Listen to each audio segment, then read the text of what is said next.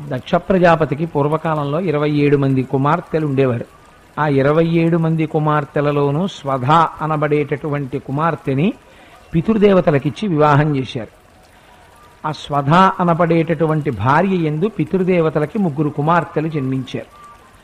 వాళ్లే ఒక్కొక్కరికి మేనక అని ఒక ఆవిడికి పేరు, వేరొక ఆవిడికి కళావతి అని ఒక ఆవిడికి పేరు, వేరొక ఆవిడికి ధన్య అని పేరు. వీళ్ళు 3 వాళ్ళు చెప్పడం అయితే పైకి స్వధయందు పితృదేవతలకి జన్మించారని చెప్తారు, కానీ వాళ్ళ యొక్క స్థితి ఎటువంటిదంటే అయోనిజులతో సమానమైనటువంటి స్థాయిని వాళ్ళకి ఇచ్చారు. వాళ్ళు 3 ఒకసారి వైకుంఠంలో శ్రీమన్నారాయణుడి దర్శనానికి వెళ్ళారు. వెళితే స్వామి అనుగ్రహంతో వాళ్ళొక ఉచితాసనం మీద కూర్చుని సభని తిలకిస్తున్నారు. తిలకిస్తూ ఉండగా అక్కడికి సనత్కుమారుడు మొదలైనటువంటి వాళ్ళు సభలోకి ప్రవేశించారు. సనత్కుమారుడు అంటే మహానుభావుడు, బ్రహ్మజ్ఞాని. అందరికన్నా పూజనీయుడెవరు అంటే ఎవరు బ్రహ్మజ్ఞానమును పొంది ఉంటాడో ఆయన పూజనీయుడు. అటువంటి బ్రహ్మజ్ఞాని సభలోకి ప్రవేశించాడు. ప్రవేశిస్తే అందరూ వెంటనే లేచి నిలబడ్డారు. వయస్సుతో సంబంధం ఉండదు. ఒక శంకర భగవత్పాదులకి నమస్కారం చేసేటప్పుడు ఆయన వయస్సు ఏమిటని అడగరు. అందుకని లేచి నిలబడ్డారు. ఒక్క వీళ్ళు 3 మాత్రం శివమాయామోహితులై వాళ్ళు నిలబడలేదు. సనత్కుమారుడు చూశాడు. అయితే ఎందుకు శపిస్తారంటే తమకి గౌరవం ఇవ్వలేదని శపించరు. అటువంటి మహాపురుషుల పట్ల జరిగిన అపచారము కట్టి కుడిపేస్తుంది. అంత ఇబ్బంది పెట్టకుండా దాన్ని తగ్గిస్తారు. అందుకని ఆయన అన్నారు, మీరు 3 కూడా నేను వచ్చినప్పుడు లేచి నిలబడలేదు కనుక మీరు భూమి యందు జన్మించెదరుగాక అని శపించారు. అప్పుడు వీళ్ళు 3 వెళ్ళి కాళ్ల మీద పడ్డారు సనత్కుమారుడికి. మాకు ఈ శాప విమోచనం ఎలా కలుగుతుందని అడిగారు.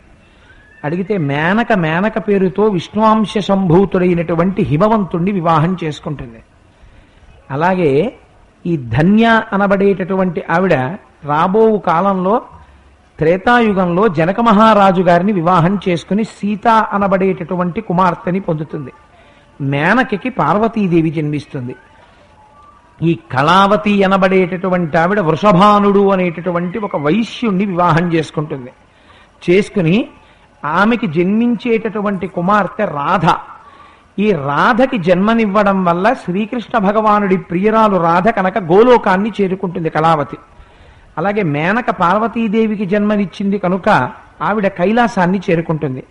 సీతాదేవికి జన్మనిచ్చింది కనుక ధన్య రామచంద్రమూర్తి యొక్క లోకమైనటువంటి వైకుంఠాన్ని చేరుకుంటుంది అని 3కి మళ్ళీ శాప విమోచనం ఇచ్చారు.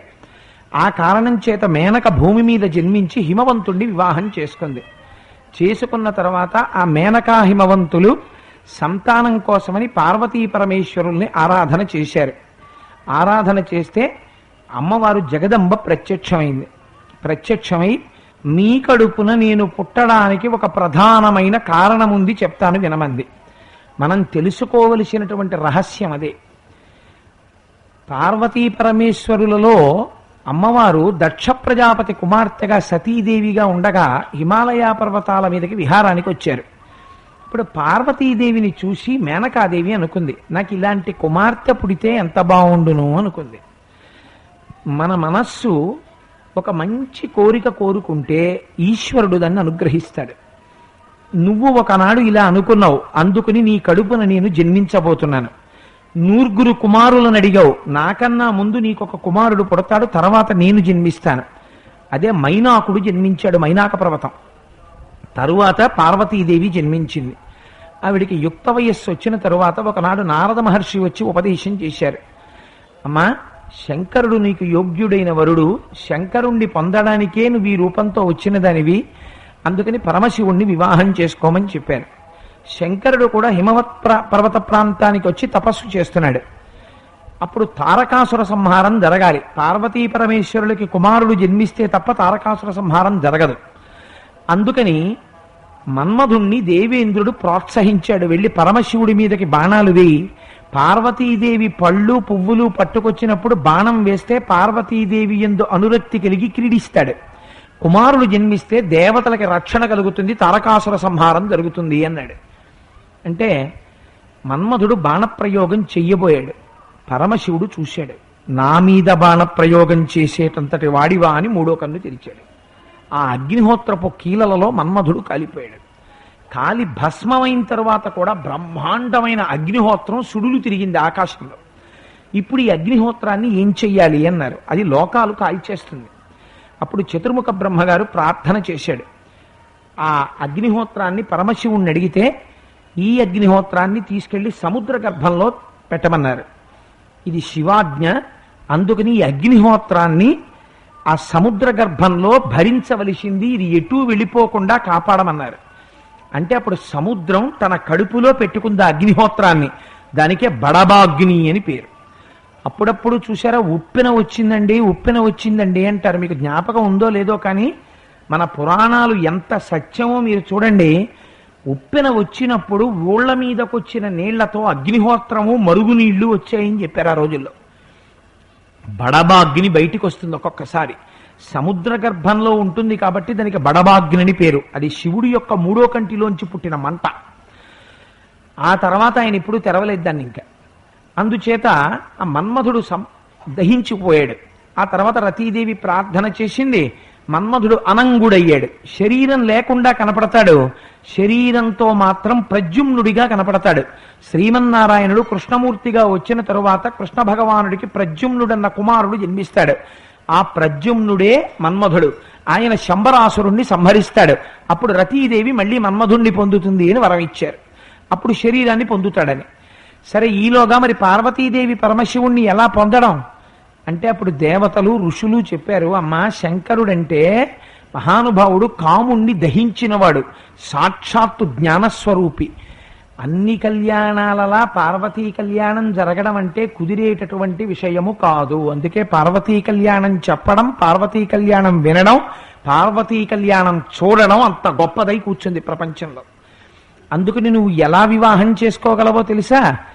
అందం చూస్తే లొంగేవాడు పరమశివుడు కాడు, నువ్వు తప్పించు పరమశివుడు గురించి అన్నారు.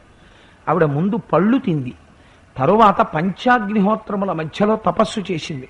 కొంతకాలం ఆకులు తిని తపస్సు చేసింది, కొంతకాలం ఆకులు కూడా మానేసింది. అప్పుడు అపర్ణ అని పేరు పొందింది. తపస్సు చేస్తే శంకరుడి దగ్గరికి దేవతలు వెళ్ళి అడిగారు. ఆవిడ యొక్క తపస్సు తీవ్ర రూపాన్ని దాల్చింది. శంకర, మీరు పార్వతీదేవిని పరిణయం ఆడాలి అన్నారు. తప్పకుండా పరిణయం ఆడతాను, కానీ సప్తర్షులు వెళ్ళి పార్వతీదేవి యొక్క మనస్సుని మార్చడానికి ప్రయత్నం చెయ్యండి అన్నాడు. శంకరుడంటే ఏమిటో తెలుసా అండి? తన పెళ్లి తాను చెడగొట్టుకునేవాడు. ఆయన అంత నిర్మోహంతో ఉంటాడు. అందుకే సప్తర్షులు వెళ్ళి పార్వతీదేవికి చెప్పారు, అమ్మా ఏమిటమ్మా శంకరుణ్ణి వివాహం చేసుకుంటానంటావు? ఆ శంకరుడంటే ఎలా ఉంటాడో తెలుసా? రక్తం ఓడుతున్న పులితోలు కట్టుకుంటాడు, పునుకల మాల వేసుకుంటాడు, పావులు చుట్టుకుంటాడు. రేపు పొద్దున్న నీ పట్టుబట్టకి ఆయన పులితోలుకి ఎలా ముడి పెడతారు బ్రహ్మముడి వేసినప్పుడు? ఆయన ఎందుకమ్మా శ్రీమన్నారాయణుణ్ణి వివాహం ఆడమన్నారు. ఆవిడంది, మీరు సప్తర్షులు కదా, మీకు తెలియదా యథార్థం? శంకరుడి యొక్క స్వరూపం ఏమిటో మీకు తెలియదా అని అడిగింది. ఇప్పుడు సప్తర్షులు అన్నారమ్మా, మేము ఎందుకు శివనింద చెయ్యాలి? ఆయన మహానుభావుడు, ఆయనే నిజంగా తన నిజస్వరూపంతో కనబడితే సప్తర్షుల భార్యలు కూడా ఆయన్ని మోహిస్తారు, అంతటందగాడు. అందుకని అమ్మా, నీ ప్రయత్నమే యథార్థమని వెళ్ళి శంకరుడికి చెప్పారు. అయా, పార్వతీదేవి మనస్సు మరల్చడం సాధ్యం కాదు. చిత్రం ఏమిటో తెలుసా అండి? శంకరుడే బ్రహ్మచారి రూపంలో వచ్చి శివనింద చేశాడు. అప్పుడు ఎందుకమ్మా ఆయన్ని పెళ్లి చేసుకుంటావు? రేపు పొద్దున నువ్వు అత్తవారింటికి వెళ్ళవలసి వస్తుంది. ఎక్కడికెడతావు? రుద్రభూమిలో ఉంటాడు, శ్మశానానికి వెళ్ళాలి. రేపు పొద్దున నువ్వు చూస్తే మంచి మంచి అంగరాగములు రాసుకుంటావు. ఆయన ఏం రాసుకుంటాడు? శవభస్మ రాసుకుంటాడు. నువ్వు మంచి మణిహారాలు వేసుకుంటావు, ఆయన ఏం వేసుకుంటాడు? పులుకల హారాలు వేసుకుంటాడు. నువ్వేం చేస్తావు? మంచి మంచి కంకణాలు గాజులు వేసుకుంటావు. ఆయన ఏం చేస్తాడు? ఆయన దగ్గర సైజులతో పావులు ఉంటాయి.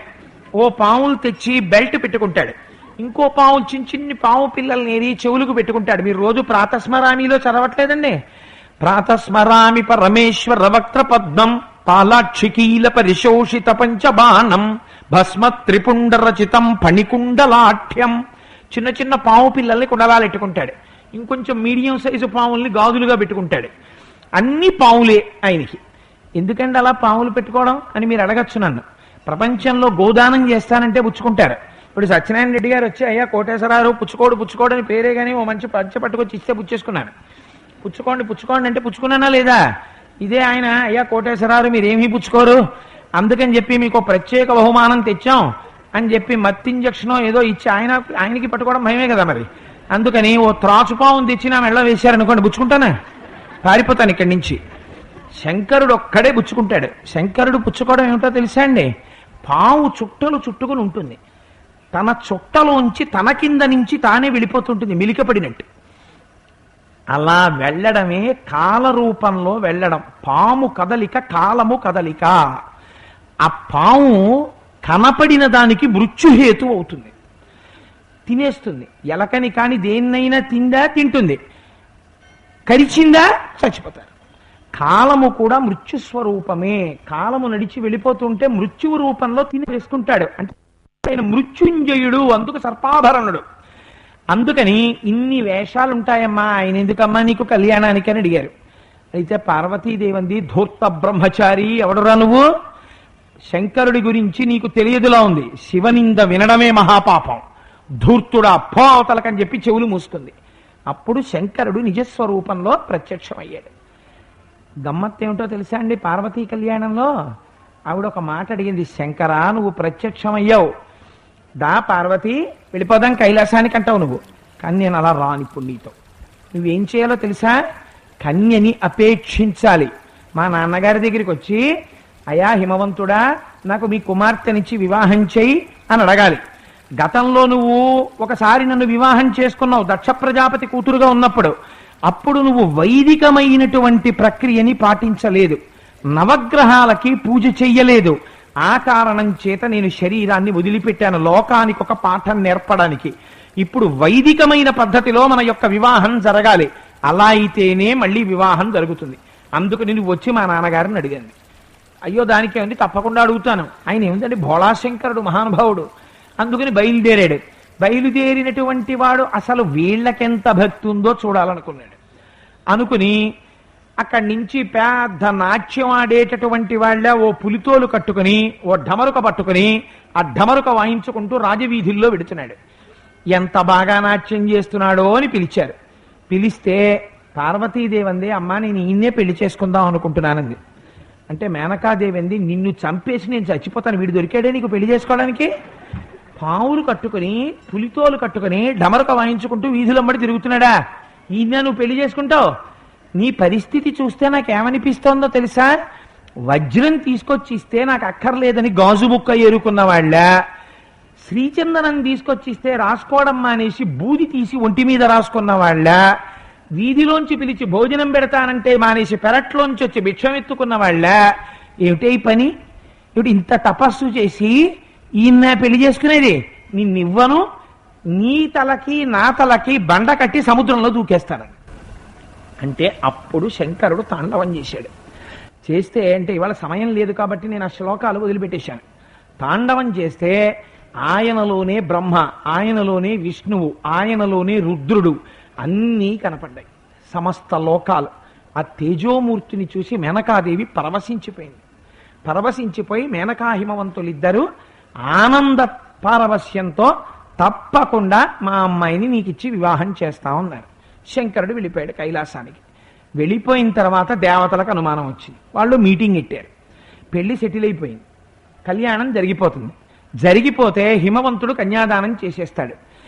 త్రికరణ శుద్ధిగా కన్యాదానం కాని శంకరుడికి చేశాడా అంతే, ఇంకా మోక్షం వచ్చేస్తుంది.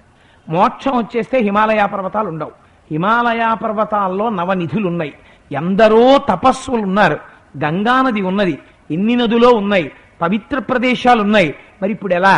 అందుకని త్రికరణ శుద్ధిగా కన్యాదానం జరగకూడదు. మనసులో ఏదో భయంతో ఇష్టం లేకుండా కన్యాదానం చెయ్యాలి. అంటే మేనకాహిమవంతుల యొక్క మనస్సు మార్చాలి. అందుకని ఏం చేద్దామని ఆలోచన చేశారు. ఆలోచన చేస్తే శంకరుడి దగ్గరికి వెళ్ళారు. వెళ్ళి అయ్యా వేరొకడు శివనింద చేయడం ఏం బాగుంటుందండి, అందుకని మీ పెళ్లి మీరు ఎలా చెడగొట్టుకోవాలంటే పెళ్లి జరగాలి, కానీ మీ అత్తారు సంతోషంగా మీకు పిల్లని ఇవ్వకూడదు, అలా మీ పెళ్లి చేసుకోండి అన్నారు. ఇది మహాత్యాగం శంకరుడిది. ఒప్పుకున్నాడు. మీ అందరూ తపస్సు చేసుకోవడానికి హిమాలయాలు ఉండాలి కదరా, అలాగే పెళ్లి చేసుకుంటా అన్నాడు అని సప్తర్షుల్ని పిలిచి చెప్పాడు. ఆ శంకరుడికి ఏముంది, ఎందుకు వచ్చింది, పిల్లనివ్వడం అని చెప్పండి వెళ్ళి అన్నాడు. ఆఖరణ మాత్రం మళ్ళీ నచ్చ చెప్పి ఏదో ఇష్టం ఉండి లేకుండా వివాహం చేసుకునేటట్టుగా నచ్చ చెప్పి రండి అన్నాడు. సప్తర్షులు చెప్తే ఎవరైనా నమ్మకుండా ఉంటారండి ప్రపంచంలో? సప్తర్షులు వెళ్ళి మేనక హిమవంతుడితో చెప్పారు సభలో, శంకరుడికిచ్చి వివాహం చేస్తానంటాయేమిటయా, ఇంత సౌందర్య రాశి నీ కూతురు, ఆ శంకరుడికి ఏముంది, ఏమీ పట్టించుకోడు, రేపు పొద్దున పిల్లనిచ్చిన వాడు ఏం కోరుకోవాలి, చక్కగా మళ్ళీ ఓ ఏడాది తిరిగేటప్పటికి పండంటి మనవడు పుట్టాలి, ఆ తర్వాత మనవరాలు పుట్టాలి, ఆ మనవడికి నా పోలికి రావాలి, వాడు ఏదో సంతోషంగా రావాలి పుట్టింటికి, అస్తమానం పిల్ల పుట్టింటికి వచ్చి కూతురు అల్లుడు అనుకూలంగా ఉండి చక్కగా మా దగ్గర పునః సత్కారాన్ని పొంది కూతురు అల్లుడు వెడుతుంటే ఎంతో సంతోషంగా ఉంటుంది అని అనుకోవాలి. కానీ నువ్వెవరికి ఇస్తున్నావు పిల్లని? శివుడికి ఇస్తున్నావు. ఆయన ఏం చేస్తాడు? మీ అమ్మాయిని తీసుకుని ఇంటికి వెళ్ళిపోయి తపస్సు చేసుకుంటూ కూర్చుంటాడు. ఏం సుఖపడుతుంది మీ అమ్మాయి? ఎందుకు వచ్చిందయా శంకరుడికి ఇచ్చి వివాహం చేయడం ఏంటన్నాడు. ఇంత హిమవంతుడు మేనక యొక్క మనస్సు మళ్ళీ మారిపోయి మేము పిల్లనిమ్మం పోమన్నారు. మళ్ళీ ఆగిపోయింది పెళ్లి. ఆగిపోతే అప్పుడు అరుంధతీదేవి మేనకాదేవిని పక్కకి తీసుకెళ్లి చెప్పింది, అమ్మ నువ్వు వాళ్ళ మాటలు నమ్మకమ్మా, శంకరుడే పంపించాడు, అసలు శంకరుడి యొక్క వైభవం మీకు అర్థం అవుతోందో లేదో చూడడానికి పరీక్ష. ఆయన మహానుభావుడమ్మా, ఆయనే సర్వలోక రక్షకుడు, ఆయన లోకములకు తండ్రి, పైగా నీ కడుపున పుట్టినటువంటి పార్వతి సహజముగా ఆయన సొత్తు, ఆయన్ని పరిణయమడానికే ఆవిడొచ్చింది, అందుకుని కన్యాదానం చేయమన్నారు. అరుంధతీదేవంతటిది చెప్తే కాదనలేక సరే అంది. కానీ మేనకాదేవికి కడుపులో అనుమానంగానే ఉంది, నిజంగా మా అల్లుడు యోగ్యుడేనా అని. సరే లగ్నపత్రిక పంపించారు, పరమేశ్వరుడు బయలుదేరి వస్తున్నాడు వివాహానికి. మొన్నటి రోజు చెప్పాను కదా, హిమవంతుడి తరపున పర్వతాలన్నీ వచ్చేసాయి. పర్వతానికి ఎవరుంటారండి? చుట్టాలు, పర్వతాలే ఉంటాయి. అందుకని వెంకటాచలం, శ్రీశైలం, వరాహగిరి దగ్గర నుంచి ప్రపంచంలో ఉన్న పర్వతాలకి కూతుళ్ళు నదులు, నదులకి భర్తలు, అల్లుళ్ళు సముద్రాలు, వాళ్ళకి బంధువులు చెట్లు, చిన్న చిన్న కొండలు, ఇవన్నీ వాళ్ళ స్నేహితులు అందరూ కలిసి క్రూర మృగాలతో, సర్పాలతో, అన్నింటితో హిమాలయాలకు వెళ్ళిపోయారు. అవతల శంకరుడి తరపున ఋషులు, దేవతలు, యక్షులు, గంధర్వులు, కిన్నెరులు, కింపురుషులు, ఎందుకని పక్కన కుబేరుడు ఉంటాడు, అందుకని అందరూ వాళ్ళు బయలుదేరిపోయారు. వీళ్ళందరికీ కళ్యాణ మంటపం కట్టాలి, అందుకని అక్కడో కళ్యాణ మంటపం నిర్మించి ఆయన బయలుదేరాడు. ఇక్కడ గోపాలకృష్ణ స్వామిలాగా ఆయన మయుడు, ఆయన పెద్ద కళ్యాణ మంటపం కట్టాడు. ఆ రోజు పరమశివుడు కళ్యాణానికి వస్తుంటే మేనకాదేవి చూడాలనుకుంది తన అల్లుణ్ణి. తెల్లవారుజామున 3 గంటలకి స్నానం చేసేసి బాల్కనీలో నించుంది, ఇటే వస్తుంది ఊరేగింపంటే. పొద్దున్న నించుంటే ఆవిడికి ఎప్పుడైందో తెలుసా అండి దర్శనం? అల్లుడిని గుర్తుపట్టలేదు కదా, అందుని పక్కన నారదుణ్ణి పెట్టుకుంది. నారద మా అల్లుడు వచ్చినప్పుడు చెప్పని. మొట్టమొదట ముందు ఋత్విక్కులు ఎడతారు కదా, అందుకని 4 ముఖాలతో వేదాలు చెప్తాడు కాబట్టి బ్రహ్మగారు బయలుదేరి బ్రహ్మగారు వెళ్ళిపోతున్నారు. చూసింది, ఈయనేనా మా అల్లుడంది. అబ్బే మీ ఆయన దగ్గర కింకరుడమ్మ ఆయన. బ్రహ్మగారు, ఆయన చాలా తక్కువ మీ ఆయనతో పోలిస్తే. ఆయన కాదు. అబ్బో మీ అల్లుడు ఎంత గొప్పవాడు అనుకుంటున్నావు, మీ అల్లుడితో సమానం కాదమ్మా బ్రహ్మగారు అన్నారు. బ్రహ్మగారి వెనకాతల సరస్వతీదేవి, ఆ వెనకాతల ఆయన యొక్క పరివారం అందరూ వెళ్ళిపోయారు. ఆ వెనకాతల అష్టదిక్పాలకులు వస్తున్నారు. దేవేంద్రుడు వచ్చాడు, అగ్నిహోత్రుడు వచ్చాడు, వరుణుడు వచ్చాడు, కుబేరుడు వచ్చాడు, వీళ్ళందరూ వస్తున్నారు. వాళ్ళ వెనకాల వాళ్ళ పరివారాలు ఎన్ని కోట్లలో చెప్పారో తెలుసా అండి శివమహాపురాణంలో? ఎప్పుడైనా పార్వతీ కళ్యాణం వారం రోజులు చెప్తాను, మీరు విందురు కానీ. ఇన్ని కోట్ల మంది వెళ్ళిపోతున్నారు. మధ్యాహ్నం అయిపోయింది, సాయంకాలం అయిపోయింది, గుక్కెడు పాలు అల్లుడు వస్తాడేమో అని పాప వాడు అలా నించుంది. ఆఖరణ శ్రీమన్నారాయణుడు వచ్చారు. ఎంత తేజోమూర్తి శ్రీమన్నారాయణుడు అంటే, ఆయన్ని చూసి ఈయనేనా మా అల్లుడంది. మీ అల్లుడికి ఈయన ఫ్రెండ్ అమ్మా అన్నారు. ఆయనకి ఈయనకి తేడా చెప్పకూడదు, కానీ ప్రస్తుత మీ అల్లుడు కాడు, మీ ఆయనకి మాత్రం ప్రాణ స్నేహితుడు. అంటే ఇంత మంచి స్నేహితులు, ఇంతమంది పెళ్లివారు, ఇంతమంది వచ్చారంటే నిజంగా ఎంత బాగుంటాడో మా అల్లుడిని పొంగిపోతూ చూస్తోంది. ఆఖరణ ఒక బృందం ఒకటి వచ్చింది. భూత ప్రేత పిశాచాలన్నీ దిగంబరంగా నాట్యం చేస్తున్నాయి. ఆ మధ్యలో గోచి కూడా పెట్టుకోకుండా ఓ కపాలమాల ఒకటి వేసుకుని చింపిరి జుత్తుతోటి తడిసిపోయిన ఒండ్రు జడలు, ఎర్రటి జడలతో పుర్రెలమాల వేసుకుని వాళ్ళందరి మధ్యలో ఆవిడ నటువంగం వహిస్తుంటారే అలాగా ఓ పెద్ద నాట్యం చేసుకుంటూ వాళ్ళ మధ్యలో ఆడుతూ వెళ్ళిపోతున్నాడు. ఆవిడ అడగలేదు ఈయనేనా మా అల్లుడని. నారదుడు అన్నాడు, అమ్మ ఆయనే మీ అల్లుడేనా? ఆయన వెళ్ళిపోయాడు. వెళ్ళిపోతే మేనకాదేవి వెనక నుంచి వెళ్ళి పట్టుకుంది నారదుడిని. ఓరి ధూర్త మహర్షి, ఈయన నా అల్లుడని చెప్పావు, ముందొచ్చిన వాళ్ళు ఎవరు కారా? నిజం చెప్పు, ఈయనేనా నా అల్లుడంది. అమ్మా నేను త్రికరణ శుద్ధిగా చెప్తున్నాను, మీ అల్లుడు ఆయనే, ఆయనకే నువ్వు రేపు పొద్దున్న నుంచి పండక్కి పబ్బానికి వండి వడ్డించుకోవాలన్నాడు. అనేటప్పటికీ మేనకాదేవి మూర్ఛపోయిందండి. మూర్ఛపోయి తిన్నగా వెళ్ళి పార్వతీదేవిని పట్టుకుంది. ఏమే నీకు తపస్సు చేసి పెళ్లి చేసుకోవడానికి వాడు తప్ప ఎవడు దొరకలా? వాడు పెళ్లి కొడుక? ఓసారి చూసావా ఎలా ఉన్నాడో? ఆయన పెళ్లి కొడుకు ఏమిటే, రేపు పొద్దున్న ఇలాగే అత్తారింటికి వస్తే అల్లుడు వస్తున్నాడు పండక్కని చెప్పి అందరూ చెప్పుకుని మీ నాన్న చూస్తే మహారాజు అల్లుడు గారు వస్తున్నారు, హిమవంతుడు అల్లుడు గారు అని చెప్పి ఊళ్ళో వాళ్ళందరూ చూస్తుంటే ఇలాగే ఆడుతూ వస్తే ఎంత అసహ్యంగా ఉంటుంది.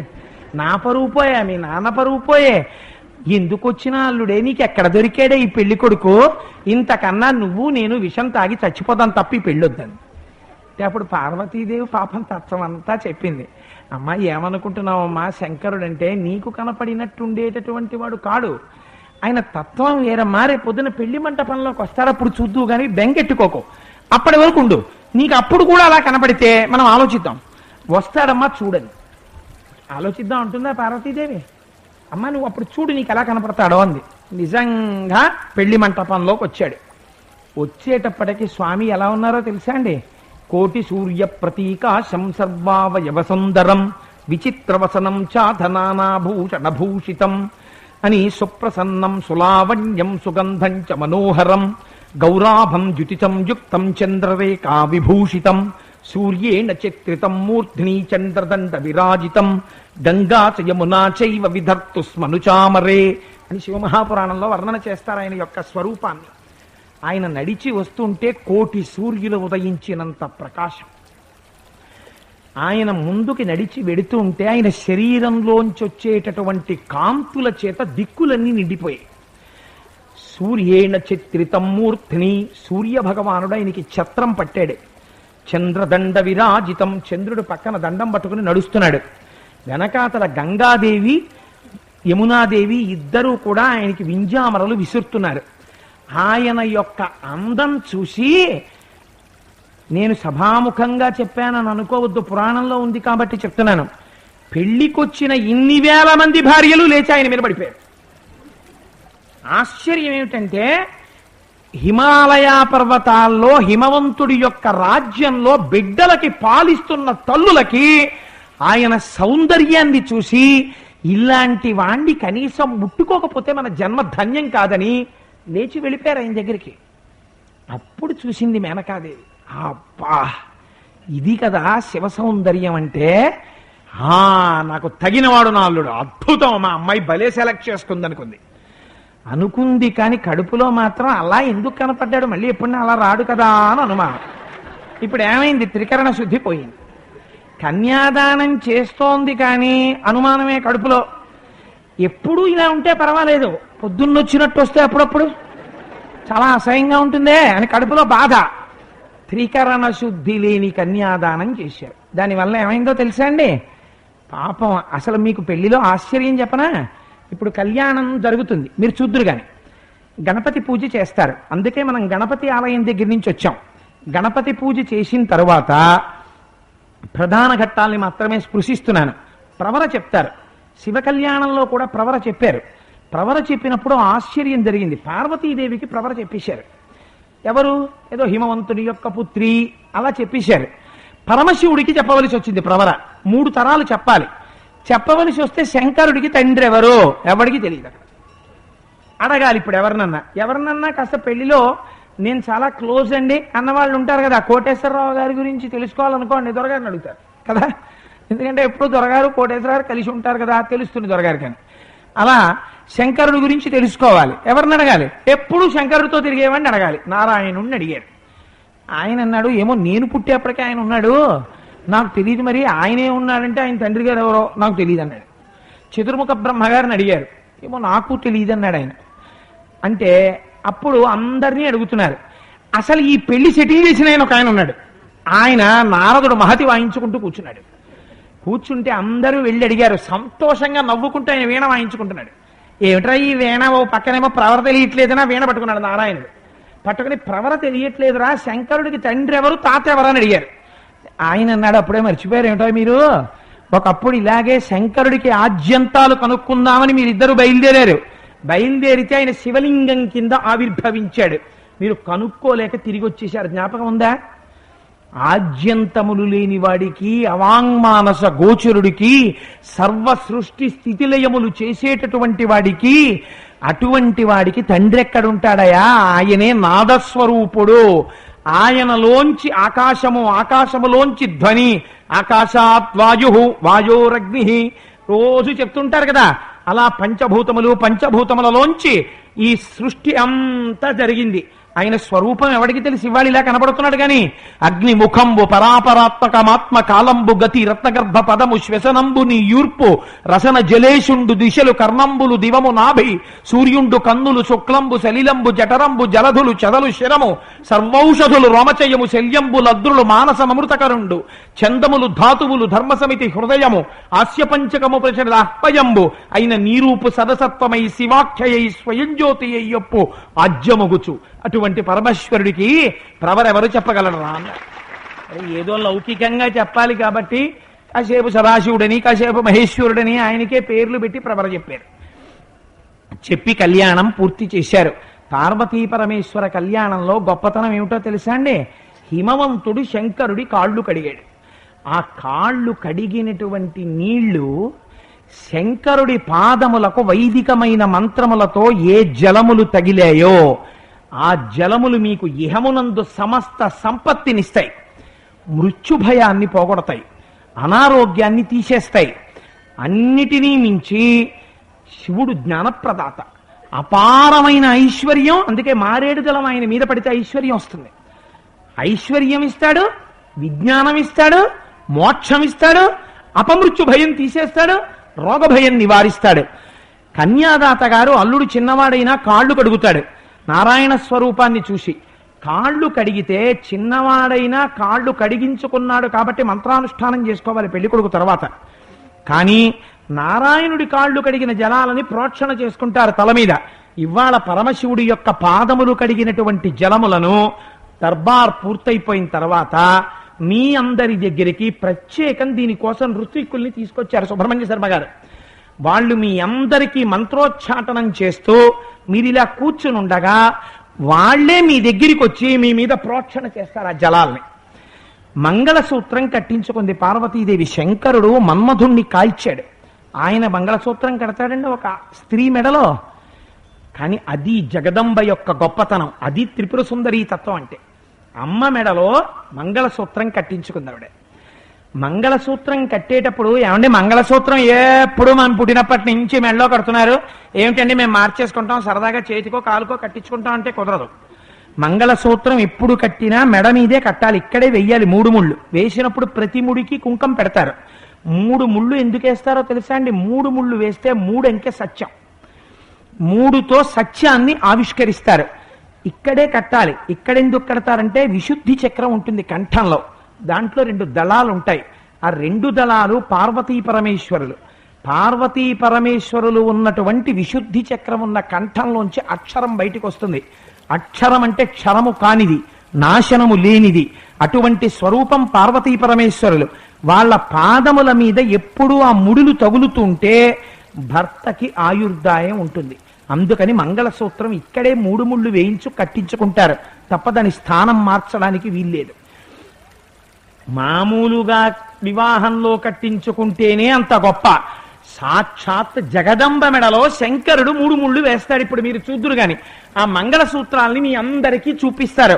మంగళసూత్రం అని ఇక్కడే ఎందుకు కడతారో తెలుసా అండి? ఈ పైన ఉన్న శిరస్సు ఎప్పుడు ఆదేశాలు ఇస్తుంది. ఓయ్ కోటేశ్వరరావు, నీ కుడి పాదం తిమ్మిరెక్కుతోంది, కొంచెం నీ మోకాల పైకెత్తు అంటుంది. అనగాని మోకాలు ఇలా పైకి లేచి కొంచెం ఈ పాదం ఇలా అంటాను, తిమ్మిరి తగ్గుతుంది. అంతేకాని ఎప్పుడు నువ్వు చెప్పడమో మేము కదలడం ఏంటి, నేను కదలని ఇవ్వాలంటుంది ఏంటి, అలా అందు. ఈ తల చెప్పిన ఆదేశాల్ని ఈ కంఠానికి కింద ఉన్నటువంటి భాగాలన్నీ అంగీకరిస్తాయి. ఈ తల చెప్పిన ఆదేశములు కిందనున్నటువంటి భాగానికి కంఠానికి వెనకాతల నుంచి వెన్నుపాములోంచి వెడతాయి.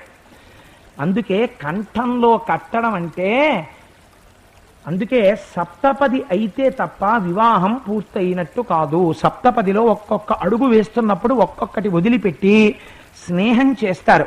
అందుకే సప్తపది మంత్రాలతో జాగ్రత్తగా వీడియో కోసం నడవకుండా, ఫోటోలు కోసం నడవకుండా మంత్రం కోసం నడిస్తే ఏం జరుగుతుందో తెలుసా అండి? సప్తపది మంత్రాలకి ఒక రహస్యం ఉంది. సప్తపది మంత్రాలు జరుగుతుండగా పార్వతీ పరమేశ్వరుల్ని తలుచుకుంటూ 7 అడుగులు ఏ దంపతులు వేస్తారో ఆ దంపతులలో స్త్రీ ఎన్నడూ కూడా జుట్టు విరబోసుకుని గుండెలు బాతుకుని ఏడవవలసిన అవసరము ఉండదు. అంతే, అంతకన్నా నీ చెప్పక్కర్లా. పరమమంగళప్రదమైన సభలో దానికి అర్థం ఎందుకు చెప్పాలి అంటే, అసలు ఆ స్త్రీకి అటువంటి సన్నివేశం రాదు. అంటే ఆవిడ భర్త ఆయుర్దాయంతో ఉంటాడు, కడుపున పుట్టిన పిల్లలు పూర్ణాయుర్దాయంతో సంతోషంగా ఉంటారు.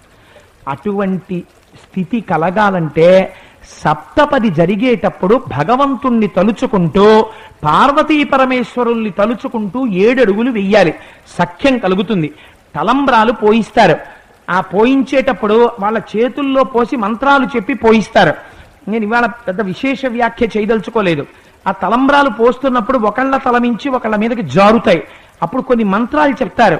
అయ్యా, నీ సౌందర్యము ఎప్పుడూ ఇలాగే నిలబడుగాక, నీ వలన నాకు సత్సంతానము కలుగుగాక, ధనధాన్య వృద్ధి పశువృద్ధి కలుగుగాక, యజ్ఞ సమృద్ధి కలుగుగాక అని ఒండరులు ఒకళ్ళనొకళ్ళు అపేక్షిస్తారు. అపేక్షించి తలంబ్రాలు పోసుకుంటారు. అలా పోసుకున్నప్పుడు నిష్ఠతో భగవంతుణ్ణి తలుచుకుంటూ పోసుకుంటే దాని వలన ఈశ్వరుడి యొక్క అనుగ్రహం ప్రసరిస్తుంది. జీవితాంతం భర్తకి భార్య మీద, భార్యకి భర్త మీద ఆనుకూల్యతా సిద్ధి కలుగుతుంది. వాళ్ళిద్దరూ జగత పితరవు వందే పార్వతీ పరమేశ్వరవు. ఇవాళ వైదిక మంత్రాలతో వాళ్ళు పోసుకున్న తలంబ్రాల బియ్యాన్ని మీరు తల మీద వేసుకుని కింద పడిన తరువాత తొక్కారనుకోండి, తల మీద పడినప్పుడు మంచి ఫలితం, తొక్కడం వల్ల చెడు ఫలితం కూడా వచ్చేస్తుంది. అందుకే తలంబ్రాల బియ్యం తెచ్చి వేసుకున్నప్పుడు ఎంత ప్రమాణం చెప్పారో తెలుసా అండి? యాజ్ఞవల్కుడు జనక మహారాజు గారు ఆస్థానంలోకి వచ్చాడు. యజ్ఞం పూర్తి చేసి ఆశీర్వచనం చేద్దామని దూర్వాసో మహర్షి వచ్చారని జనకుడు వెళ్ళిపోయాడు. దూర్వాసో మహర్షితో వెళ్ళిపోతే యాజ్ఞవల్కుడు అన్నాడు, నేను నిలబడను ఆశీర్వచనం చేయడానికి, రాజు ఉండాలి, నేను వచ్చేటప్పటికి లేడు, నేను సింహాసనానికి ఆశీర్వచనం చేసి వెళ్ళిపోతున్నానని అక్షతలు దాని మీద వేశాడు. సింహాసనం బంగారం అయిపోయింది. జనకుడే ఉండుంటే ఏ స్థితిని పొందేవాడు ఆలోచించండి. అక్షతలకి అంత శక్తి ఉంటుంది. ఆ అక్షతలలోకి క్షతం అంటే విరిగిపోవడం, అక్షతం అంటే విరగని బియ్యం. ఆ అక్షతల్ని మీకు పట్టుకొచ్చి ఇస్తారు. కళ్యాణం అయిన తర్వాత ఎగబడి తీసుకోకూడదు. మీరు అలా కూర్చుంటే మీ అందరికీ కూడా అందేటట్టుగా ఏర్పాట్లు జరుగుతాయి. మీరు అవి తీసుకుని చక్కగా ఇంటికి వెళ్ళి పూజా మందిరంలో కూర్చుని మీ తల మీద వేసుకుని మీ బిడ్డలకి వేసుకుని ఒక్కసారి తల కిందకి ఉంచితే ఆ అక్షతలు మళ్ళీ కింద పడిపోతాయి. పద్ధతి ఏమిటో తెలుసా అండి? వాటిని తొక్కేయకూడదు. ఓ బట్ట పెట్టి దగ్గరికి తీసేసి వాటిని ఏ తులసి కోటలోనో వేసేయాలి. వేసేస్తే మీకు ఆ శక్తి ప్రసరణం జరుగుతుంది. చాలా మంది అక్కడే పొరపాట్లు చేస్తారు. మీరు రేపటి రోజున ఆ పొరపాటు చెయ్యకండి. మీకు అందుకే అంత భద్రంగా ఇవాళ అదనంగా ఋత్విక్కుల్ని తెచ్చి అంత జాగ్రత్తగా మీకు అక్షతలు ఇస్తున్నారు. పసుపు కొమ్ముకి లేని శక్తి ప్రపంచంలో ఇంకో దానికి లేదు. అందుకే ఏ పని చెయ్యాలన్నా పసుపు కొమ్ము కట్టేస్తారు. ఏ కారణం చేతనైనా స్త్రీ మెడలో మంగళసూత్రాన్ని ఏ కారణం చేతనైనా, అది ఏదో కొంచెం పెరగడమో ఏదో జరిగిందనుకోండి, పక్కన పెట్టవలసి వస్తే ఏది కట్టుకుంటుందండి? పసుపు కొమ్ము కట్టుకుంటుంది. పసుపు కొమ్ముకున్న శక్తి ఏమిటో తెలుసా అండి? మీరు ఏది లేదని అడగండి. అందులో మీకు ఏది కావాలనుకుంటున్నారో అన్నీ ఆ పసుపు కొమ్ములో ఉంటాయి. ఆ పసుపు కొమ్ములు అందరూ సువాసినులతో పార్వతీ కళ్యాణానికి తెప్పించారు. ఇవాళ సువాసినులతో మంగళ వాయిద్యాలతో పసుపు కొమ్ములు కొట్టించారు. ఆ పసుపు కొమ్ములు మళ్ళీ గౌరీ తపస్సులో పెడుతున్నారు. గౌరీదేవికి చూపించి వైదికంగా అర్చన చేస్తున్నారు. ఆ పసుపు కొమ్ములు మీకు ఇస్తారు. ఆడవాళ్ళు మెళ్ళో ధరించండి, లేదా మీకందిన దాన్ని మీ పూజా మందిరంలో పెట్టుకుని చక్కగా ఒక్కసారి వాసన చూడండి, కళ్ళకు అద్దుకోండి. పూజా మందిరంలో ఎక్కడో భద్రంగా ఉంచుకోండి. అది పాడవదు పసుపు కొమ్ము, ఎన్నాళ్ళైనా అలా ఉంటుంది. అది మీ ఇంటికి ఎంత రక్షణ కలగ చేస్తుందో మీరు చూద్దురు గాని. అందుకే అంత వైదికమైనటువంటి క్రతువు చేస్తున్నారు. మహాసంకల్పం అని చేస్తారు. ఆ మహాసంకల్పం చేసినప్పుడు మీరు విందురు గాని, సుబ్రహ్మణ్య శర్మ గారు చదువుతారు, అక్కడ ఉన్నటువంటి ఋత్విక్కులు నిజంగా స్పెల్ బౌండ్. ఈ లోకం ఎలా వచ్చిందో, ఎన్ని యుగాలున్నాయో, ఎంతమంది రాజులు పరిపాలించారో, ఎంతమంది చక్రవర్తులు పరిపాలించారో, ఎన్ని పేర్లు కలిగిన ఏనుగులు మోస్తుంటాయో, ఎన్ని సముద్రముల చేత పరివేష్టింపబడిందో, ఎన్ని యుగాలు నడిచాయో, ఇది ఏ యుగమో, ఏ యుగంలో ఏ సంవత్సరమో, ఏ ప్రాంతంలో ఉన్నామో, ఎందుకు చేస్తున్నామో, ఈ క్షణంలో ఇప్పుడు ఏ తిథి ఉన్నదో, ఎంత పవిత్ర సమయంలో కళ్యాణం జరుగుతోందో, ఈ కళ్యాణం ఎవరికి ఎంత వృద్ధి కల్పించాలో మహాసంకల్పంలోకి అనుసంధానం చేస్తారు. చేసి జీలకర్ర బెల్లం పెట్టిస్తారు. సుముహూర్తం. జీలకర్ర బెల్లం ఎందుకు నూరుతారో తెలుసా అండి? జీలకర్ర నోట్లో వేసుకుని తింటే వృద్ధాప్యం రాదు. అంటే వృద్ధాప్యము వలన వచ్చేటటువంటి రుగ్మతలు రావు. జీలకర్రకు ఆ శక్తి ఉంది. బెల్లంతో మీరు ఏదైనా పదార్థాన్ని తయారు చేస్తే దానికి నిల్వ దోషం ఉండదు. దీక్షలో ఉన్నవాడైనా సరే బెల్లంబూరులు వండుకున్నారనుకోండి, ఉన్నాయనుకోండి, మరునాడు బెల్లంబూరు తినచ్చు, దానికి చల్ది దోషం లేదు. అందుకే ఇంట్లో ఏమీ లేకపోతే బెల్లం ఒక నైవేద్యం పెట్టేస్తారు. అప్పటికేం పదార్థం తయారవకపోతే. బెల్లానికి ఒక్కదానికే చల్ది దోషము లేదు, దాన్ని నిలవ పెట్టారన్న దోషం లేదు దానికి. అందుకే బెల్లాన్ని జీలకర్రని నూరుతారు. ఆ రెండిటిని నూరినప్పుడు అందులోంచి పాజిటివ్ కరెంట్స్ డెవలప్ అవుతాయి. ఆ రెండు ముద్దల్ని తీసుకొచ్చి సుముహూర్త సమయంలో మూర్ధన్య స్థానమునందు పెట్టిస్తారు. పెట్టిస్తే ఆనుకూల్యత కలుగుతుంది. పరస్పరం ఒకరి యొక్క భ్రూమధ్యంలోకి ఒకరు చూసుకుంటారు. చూసుకుని దర్భతో తడిపి ఒకసారి కడుగుతారు. అది చేసి అప్పుడు చక్కగా జీలకర్ర బెల్లం పెట్టిస్తారు. ఇప్పుడంటే ఇక్కడ ఉండదు కానీ మనకైతే కాడి పెట్టించి నీళ్లు కూడా పోయిస్తారు మంగళసూత్రం కట్టించే ముందు.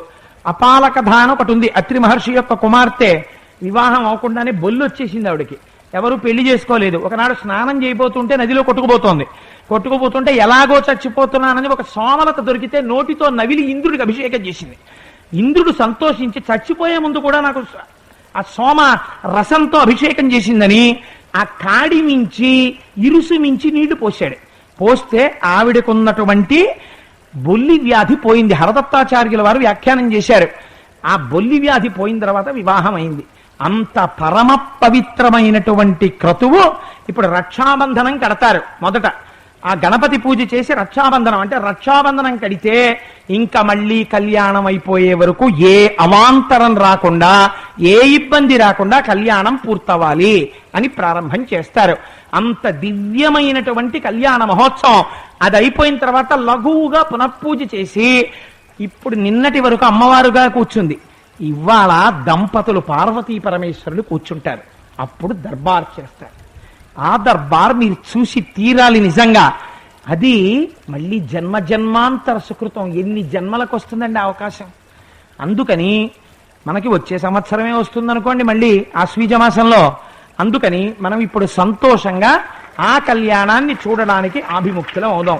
ఎక్కువ సమయం తీసుకోవడం ఇష్టం లేకనే ఇవాళ హ్రస్వ ప్రసంగం మాత్రమే చేసి ఒక్కసారి ఆ పార్వతీ పరమేశ్వర కళ్యాణాన్ని తదంగాల్ని లఘువుగా స్పృశించాను.